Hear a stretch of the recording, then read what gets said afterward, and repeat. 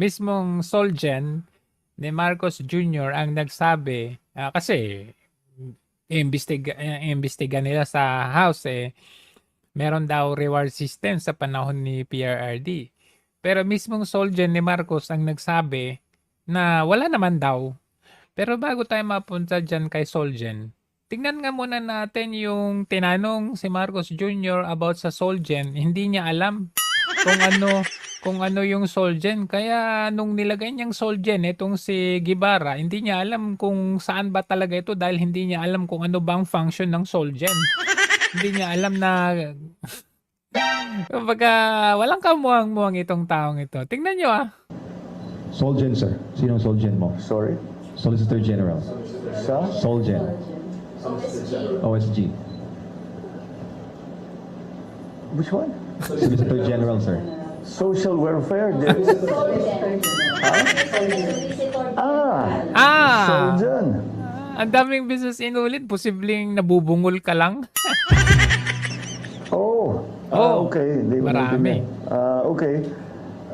Marami din eh. Marami daw, marami. Social welfare. Aming magagaling. We are good. Solgen, sir.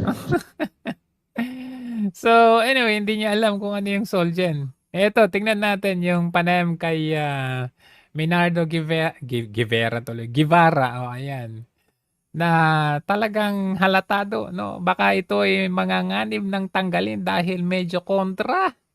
Pero may mga nagsasabi na itong mga lumalabas sa Quadcom ay kinukuha ng ICC o kaya isinusumiti na sa ICC. Ano pong reaksyon nyo rito? Rafi, in all likelihood, minomonitor na yan ng ICC, no? Kasi meron silang mga representatives na handito, alam naman natin kung sino sila at uma-attend ng hearings ng Quadcom. Kaya I'm sure na nare-report ang lahat ng nangyayari sa Quadcom investigation sa ICC, Office of the Prosecutor. Pero ang sinasabi niyo po ba yung paggawa ng trabaho nitong Quad Committee ay sapat na dahilan na hindi na mag-imbestiga itong ICC? Yes, I think so. Unang-una, hindi na talaga pwedeng mag-exercise ng jurisdiction ang ICC over us.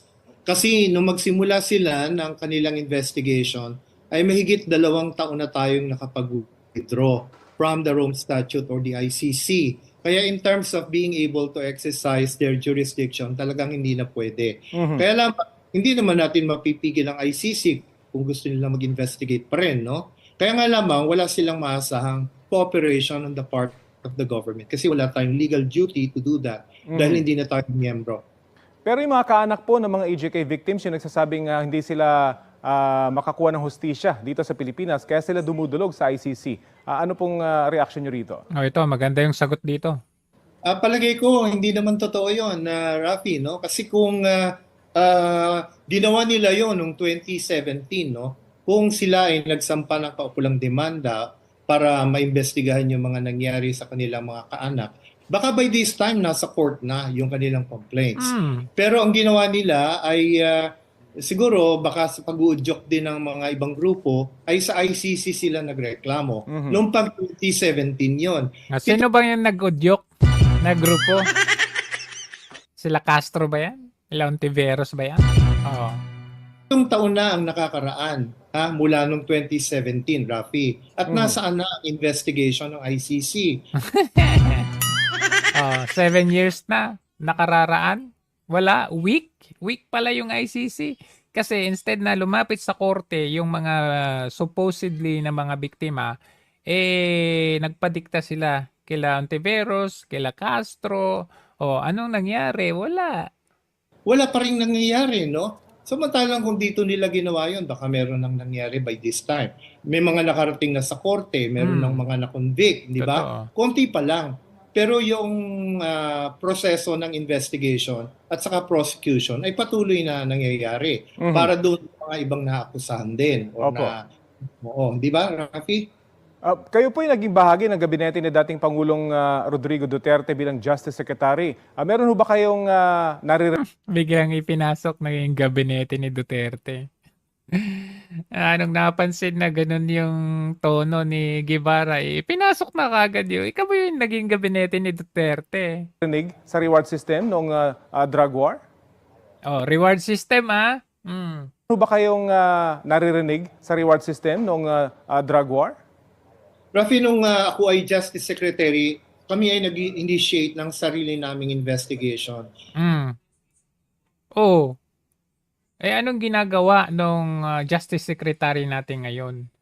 Bakit ang pinapatrabaho ninyo ay yung Quadcom? Hindi nila trabaho yan eh. Actually, nadulas nga itong si, bago tayo mapunta dyan, actually hindi nadulas eh. Talagang pag yun na talaga yung purpose mo, nahuhuli ka sa sarili mong gawa. Si Abante.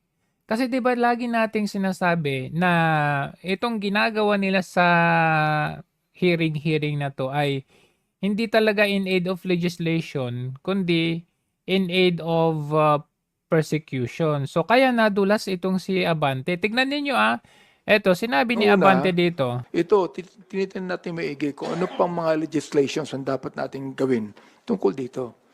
Sinabi ko na rin na perhaps the Quadcom committee is not only after an aid of legislation but also in aid of prosecution. Kasi, Ayun. we're now asking the NBI and the DOJ So ngayon, gusto na nilang pasukin yung judiciary. Hindi na sila legislative, kundi judiciary na sila ngayon. Iba rin iba talaga yung administrasyon ngayon. Lahat na lang binabago nila. Nagiging judiciary. Gusto na in aid of prosecution. Hindi lang daw legislation, pati prosecution. Di kayo na. Sa alleged abuses sa drug war, no? Ang mga una naming tiningnan ay yung mga insidente na nangyari on the ground. Yung mga alleged lapses on the part of law enforcement agencies. Kaya lamang hindi na kami nakarating doon sa mas malalim na investigasyon. Kasi inabutan na kami ng pagtatapos ng administrasyon ni Presidente Duterte. Kaya inaasahan namin na ang Department of Justice at ang iba pang law enforcement agencies ay pagpapatuloy yung nasimulan namin investigasyon nung ako ay Justice Secretary. Ayun na nga Bakit hindi ito ginagawa ng DOJ? Ng NBI o ng mga law enforcement agency natin. Bakit ang gumagawa nito yung legislative function or body? Nasaan kayo? Nasaan sila? Sa binanggit yung mga lapses, yung mismong reward system, narinig niyo po ba ito? Rafi, nung time na inimbestigahan namin, wala kami narinig about the reward system. No? Nagoy, patay. Wala pala May mga sabi-sabi lang about it, pero walang actual na testigo who came forward para sabihin na merong talagang ganyang sistema na initiated by people sa taas, kaya masasabing may scheme talaga, no? Yun ay hindi namin nakita dahil wala namang testigo na lumitaw para magpatotoo o magsabi na meron ng ganong klaseng sistema ng rewards. Pero ngayon wala Solgen pa yan po, naglalabasan na itong mga testigong ito. Dapat bang DOJ mag-imbestiga na dito sa kasong ito at huwag nang hintayin matapos itong report ng Quad Committee? Wag na antayin yung Quadcom na yan. Sinasayang lang yung aircon at pera ng taong bayan sa mga kinakain-kain nila dyan Tama ka, Rafi. Hindi naman kailangang tapusin ng Quadcom yung kanila. Agoy! Baka matanggal ka dyan, Guevara. Baka matanggal ka dyan. Kasi, alam mo yung Quadcom na yan. Ano yan May game plan yan. Ano ka ba? Sasabihin mo, dapat itigil na yan. ng investigation at mag-come up ng report, no? Kasi minomonitor din naman yan ng DOJ, ng Ombudsman at ng iba pa nating ahensya ng government. Kaya kung tingin nila ay meron ng reasonable basis para mag-take over na sila parallel, no? In parallel para maimbestigahan yung mga lumilitaw sa Quadcom investigation. Well, they have the right and the opportunity to conduct or to initiate their own investigation. Okay, sige po, maraming Actually, this is an insult to the Department of Justice Bakit yung gumagawa yung legislative body? hindi mismo yung judiciary, yung nagpapatubad ng batas. Kaya nga insulto yan sa kanila eh. Nagpaalam na itong si Rafi Tima kasi alam niya na medyo parang Duterte ata ito ah. Salamat po sa oras na ibinahagi nyo sa Balitang Hali. Maraming salamat, Rafi.